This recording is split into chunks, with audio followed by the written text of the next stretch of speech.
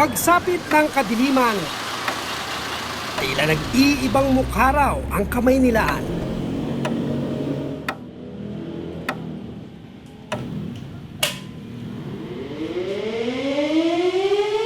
At habang nahihimbing ang karamihan ng madla,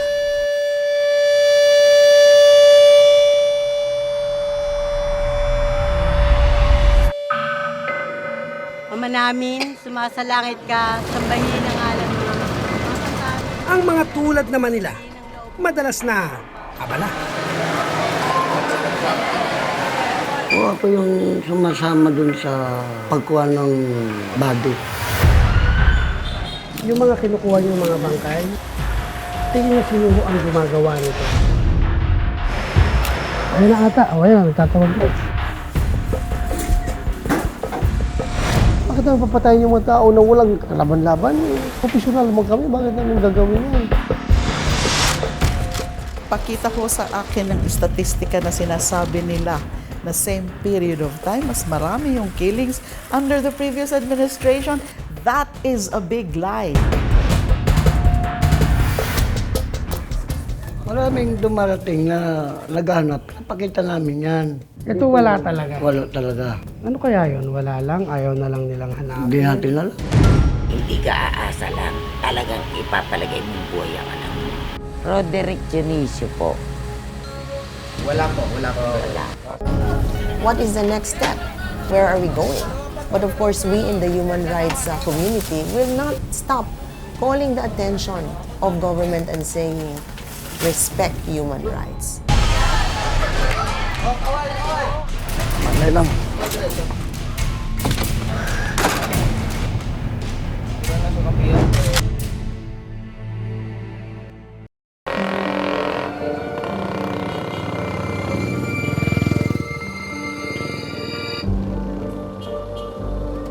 Tahimik ang gabi sa bahaging ito ng Longos, Malabon.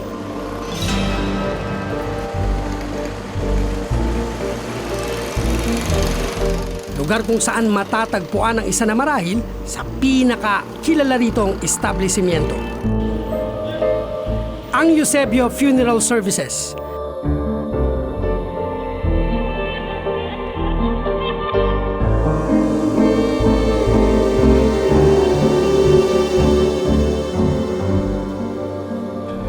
Ang taong bahay rito ngayong gabi, ang tagakuha ng bangkay o body collector na si Tatay Orly. Tatay Orly? Ay, yes. Okay. Kamusta na po, sir? Okay lang. Istorbo ko kami. Okay lang. Kayo ba yung sumasama saan? O ako yung sumasama dun sa pagkuha ng body pag kami tawag sa amin. Sa tagal na raw ni Tatay Orly sa ganitong trabaho, kabisado na niya ang bawat hilatsa ng mga pagkakataong kinakailangan ang kanyang serbisyo. Pero kailan kayo nag-start as body collector? Edad ako mga 20 years. 20. Ilang taon na kayo ngayon? Ngayon, 64. Ang dami yun ang nabilang na bangkay. May bilang nyo pa ba? Hindi ko na binibilang yun. Pasakitin ko pa yung utak ko. Hindi na kailangan yun. Sa isang araw, ilan yung normally na kukolekta? Hindi pare-pareho. May isang dalawa, may isa.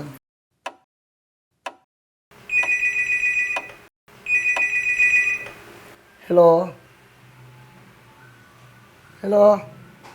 Oy! Hudyat na pala ito ng pagsisimula ng mahaba-habang gabi ni Tatay Orly. Meron. Barangay 49, Sikri. Ang kanyang responde sa isang bahay sa gilid ng Riles sa Barangay 49, C3, Caloocan.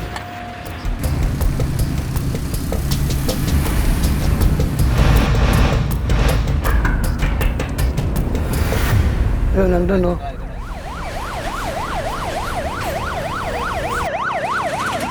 Sa tagal niya sa ganitong trabaho, hindi na nga raw niya mabilang ang bangkay na dumaan sa kanyang mga kamay. Puntan mo doon. Tingnan niyo muna doon.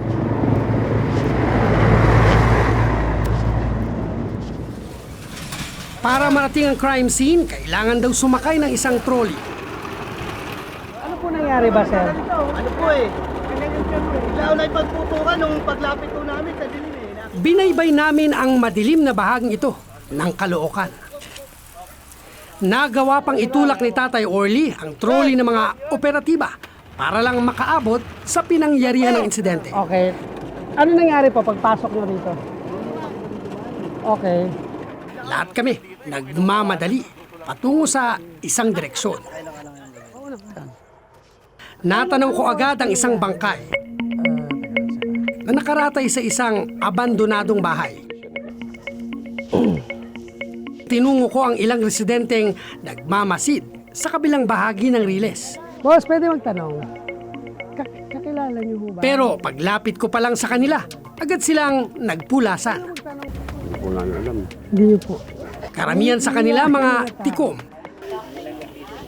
Natatakot sila talaga magsalita. Kwento ng mga residente, hindi na bago ang ganitong eksena sa lugar na ito. Pag kasi ganyan po, hindi na po naglalabasan dito, parang ghost town.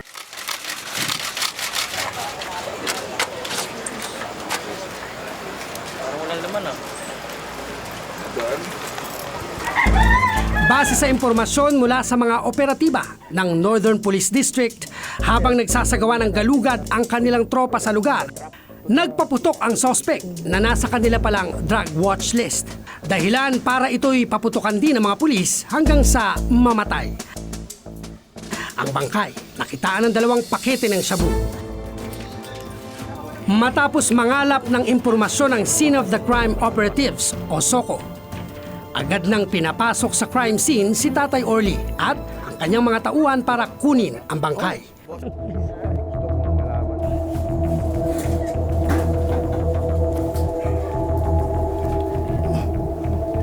Teka. Malay lang. Okay.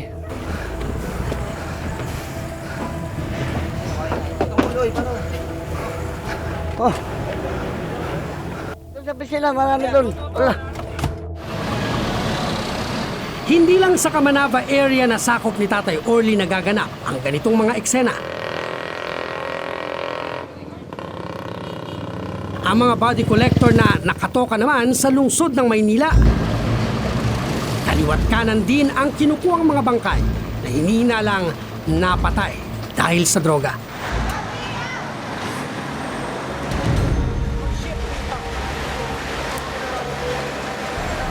Sa katunayan, sa aming pagronda sa may bandang Santa Cruz, Maynila,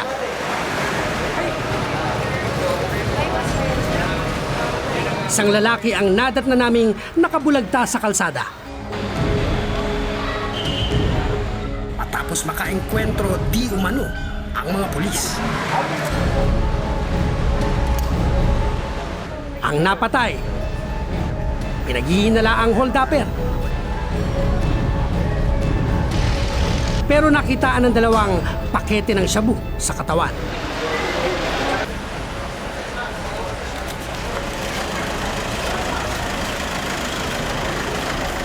Hindi pa man kami nakapagtatagal sa lugar,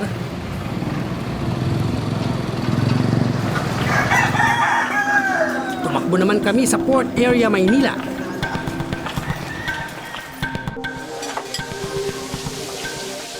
Kung saan napabalitang 2 kalalakihan naman ang tinugis.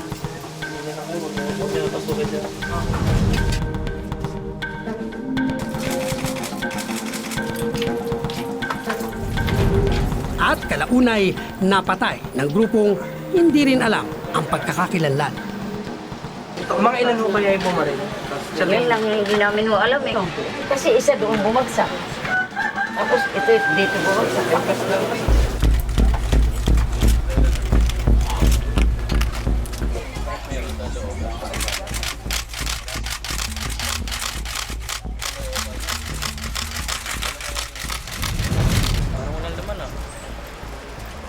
Sir, sa tingin niyo ano yung posibleng motibo para patayin itong 2 lalaki sa loob ng compound ng... Hindi mo namin alam kung bakit nga eh.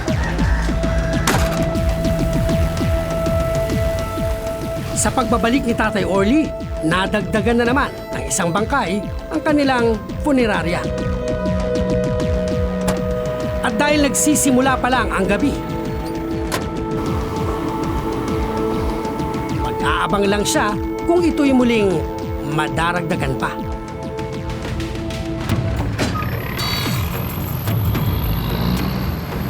cemetery, doon malapit lang. May pagdami man daw sa bilang ng mga namamatay. Ayaw itong tingnan ni Tatay Orly bilang dagdag ding biyaya.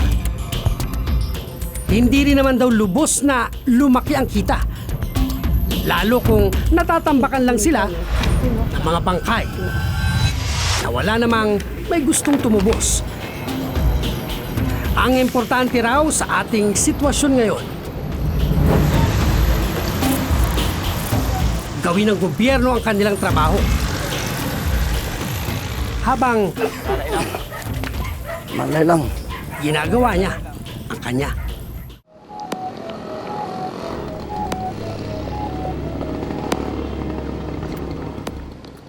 Pagdating ng Sa mga nakalipas na buwan, napansin ni Tatay Orly ang tila hindi pangkaraniwang pagdami ng mga kinukuha niyang bangkay na ang kadalasan daw na dahilan ng pagkamatay may kaugnayan sa ipinagbabawal na droga. Pag pumapunta kayo sa site, ano ho yung pumapasok sa isip niyo po?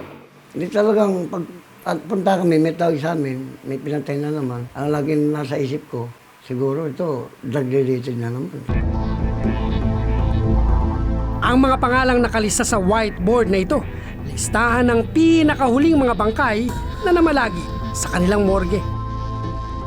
So ito hindi pa nakiklaim ng kamag-anak. Anong dahilan mo ba hindi kiniklaim?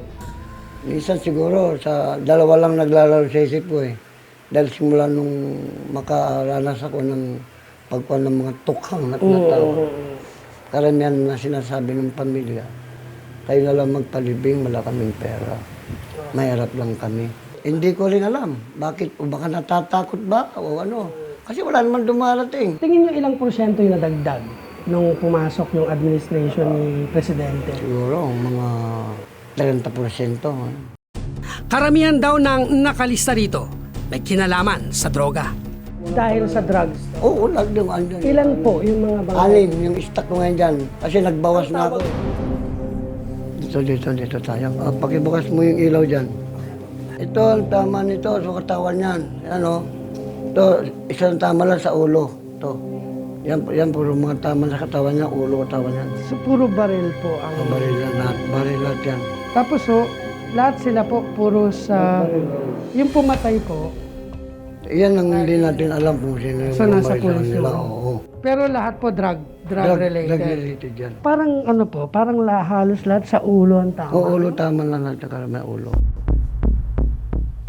Ang ilang bangkay rito umaabot ng ilang buwan. Ang iba kasi sa kanila, wala pang kamag-anak na lumulutang. Parang nagpe-pray na may mamatay.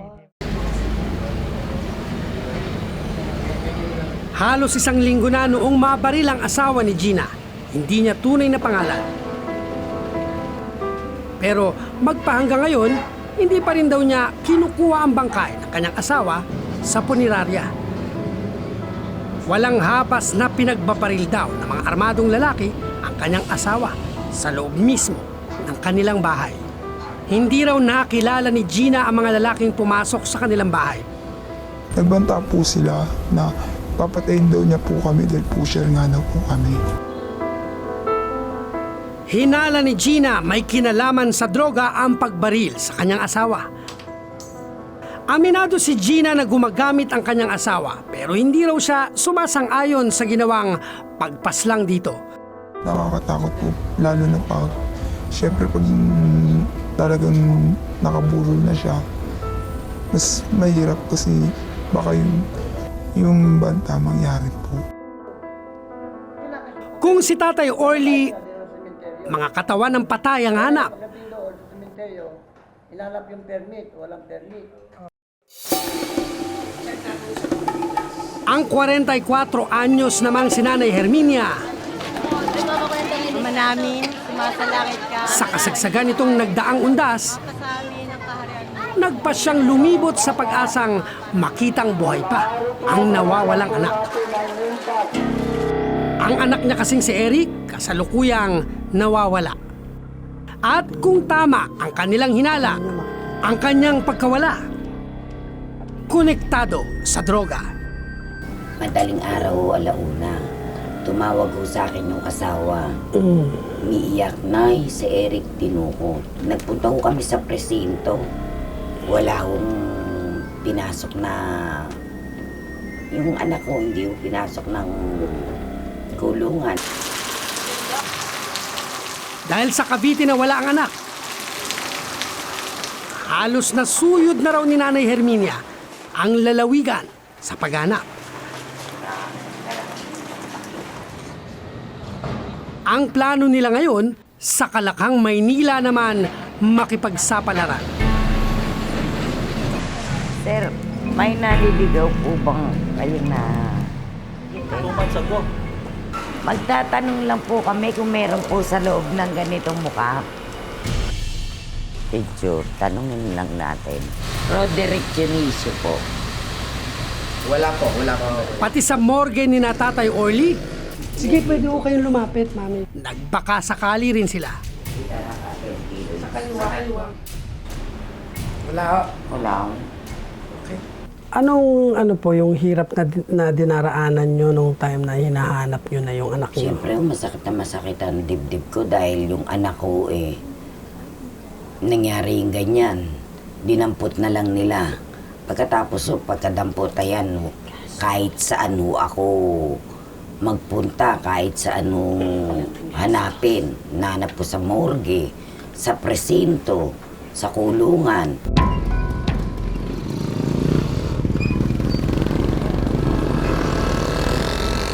Sa magtatatlong buwang pagkawala ni Eric, umaasa pa rin siyang muli niyang matatagpuan ng anak na hindi pa isang malamig na bangkay. Sa pangkanto. Pagkita-kita namin, pagpunta namin sa mababaw. Dahil daw tila nawala na sila ng pag-asang matulungan sila ng pulisya. Ang inaasahan nilang makalulutas ng kanilang problema, mga albularyo't manghuhula. May pag-asa pa ho ba tingin nyo na mahanap siya? Hindi ako nawawala ng pag-asa. Dahil kada magpapahula kami, buhay pa raw yung anak ko, pinahihirapan lang, itinatago. Puro yun ang lumalabas sa hula. Nasa lang espiritu ni Eric, buhay ka pa, patay ka pa. Buhay. Pagkagat ng dilim, muli na namang tumulak si Tatay Orly. Gaya ng inaasahan, ilang bangkay pa rin ang kanyang nakukuha.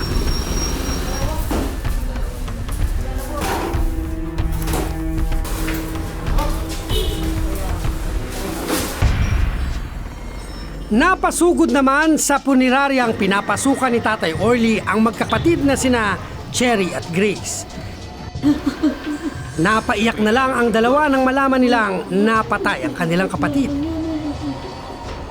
Nanlaban daw ang kanilang kapatid, pero sa pagkakaalam nila, wala raw baril ang kanilang kapatid. Ang lumaban, kung saan ang tama niyan, sakto puso. Magandang gabi po. Ano pangalan niyo? Walang inang makatitiis sa anak.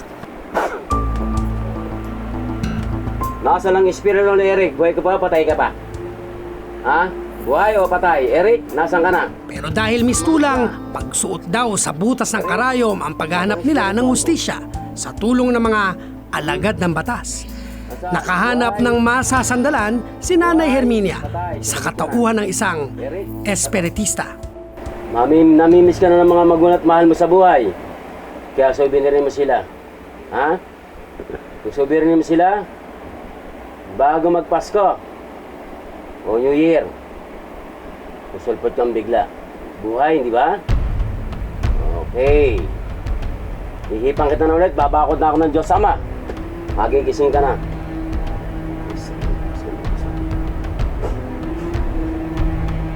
Habang nakikinig si Nanay Herminia sa sinasabi ng espiritista, napansin ko sa kanyang ngiti na tila nakahanap siya ng kahit katiting na pag-asang makakapiling pa niya ang nawawalang anak.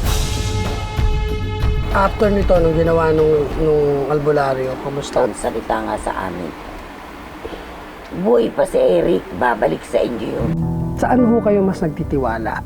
Sa sinasabi ng pulisya o sa sinasabi ng albularyo? Kaya kung nga hindi pinaniniwalaan yung pulisya, dahil wala akong sinasabi sa amin kung patay na siya o buhay. Mas pinaniniwalaan ko yung espiritista dahil sinabi ng espiritista sa amin na buhay pa. Kung isasagot ng espiritista na patay na, paniniwalaan nyo ba? Oo, maniniwala ako. Bukod sa madalas na napapaulat na mga target ng operasyon na napapatay dahil di umano sa panlalaban, nalalagay rin daw sa hukay ang isang paa ng pulisya tuwing may operasyon, gaya ng buy-bust o pagsuserve ng warrant. Nitong Oktubre naman, nakuna naman ang CCTV ng walang awang pagbabarilin nang aabot sa 10 armadong lalaki ang Police Quezon City na nakilalang si Abdul Gapul Sali Nuruddin. Hindi pa tukoy ang motibo sa krimen pero posible raw na may kaugnayan sa droga. Sa kaliwat kanang nagaganap na mga patayan sa gitna ng maituturing na giyera kontra droga, maugong ang debate patungkol sa talamak na mga kaso raw ng extrajudicial killing sa bansa.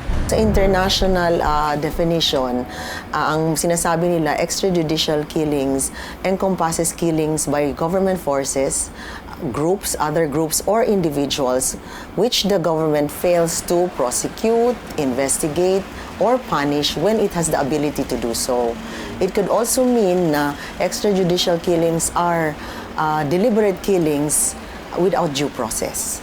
Walang gago na gobyerno na ipapatay yung kanyang tao, sariling tao. At saka kami mismo, pulis, kung kaming papatay niyan, hindi po namin kaya yan. Pareho na kami mahirap. Bakit namin papatayin yung mga tao? Tao na walang kalaban-laban, professional naman kami. Bakit namin gagawin yan? Hindi po. Hindi namin gagawin yan. Yung mga namamatay, lumalaban. Kita naman yung maraming pulis na tinamaan, di ba? Maraming pulis na kaswalde.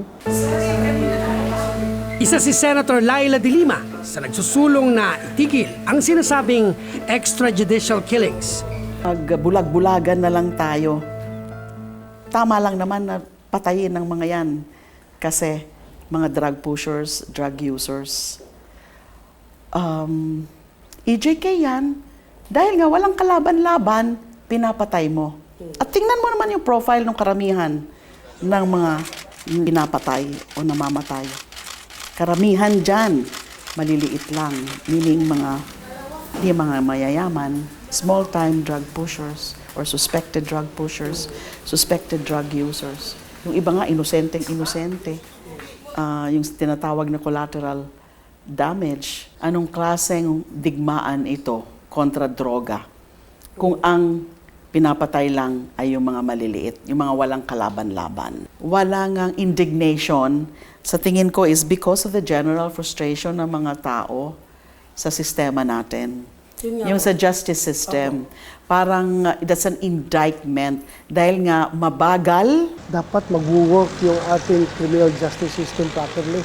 Dahil lang naman, yung ibang vigilante dyan, nag-engage yan sa vigilantism. Kung meron man kung meron. Dahil nga, dissatisfied sila sa nangyayari sa ating criminal justice system. Sa kabila ng lahat ng dumanak na dugo, ang tunay na biktima, ang lipunan nating tila nilusaw na ng droga sa loob ng mahabang panahon.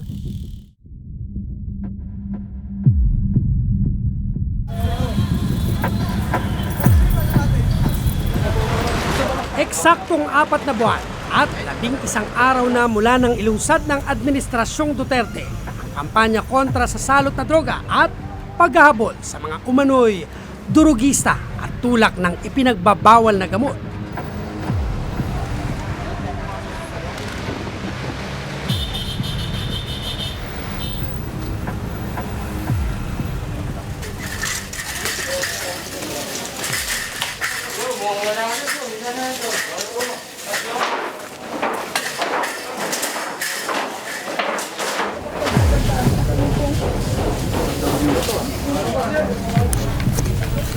Makikita mo na naagnas na yung iba, so yun matagal na. Although, ang sabi ni doktora, nung unang inspeksyon niya, may mga ka-i-inbalm pa lang, may mga bagong patay.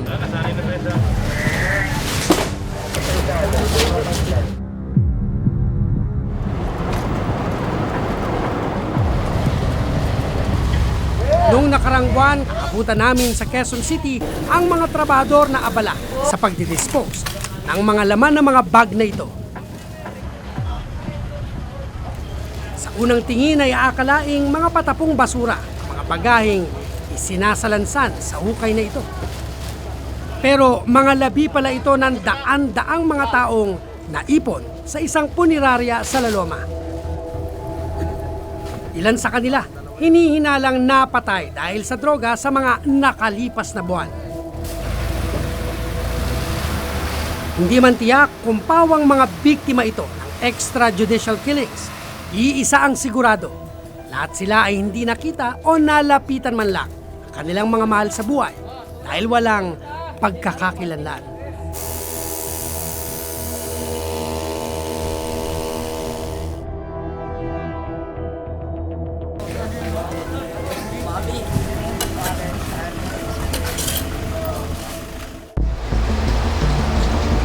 Sa gitna ng debate kaugnay ng isyu ng extrajudicial killing at daan-daang kaso ng pagpatay sa mga hinihinalang durugista at tulak ng droga, tila hindi mababakante sa trabaho ang mga gaya ni Tatay Orly. Tingin nyo ang pagpatay ay solusyon na para matunaw ang droga? Ikulong mo, tapos palalayain mo, babalik doon sa ganun sistema ulit, gagawa ulit ng krimen. Tunawin mo na.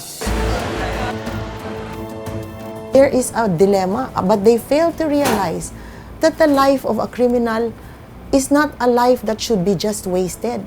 That criminal should go through the criminal justice system. Ang mismong Pangulo naniniwalang nasa tama ang ginagawa nilang paglaban sa itinuturing niyang salot ng lipunan. Sa loob ng mahigit 5 taon ay hindi mababakante sa trabaho ang mga gaya ni Tatay Orly na nakaantabay lang at punong-puno ng dedikasyon sa sinumpaang hanap buhay. Ang mangolekta ng mga patay. Ako po si Cesar Apolinario at ito ang Eyewitness.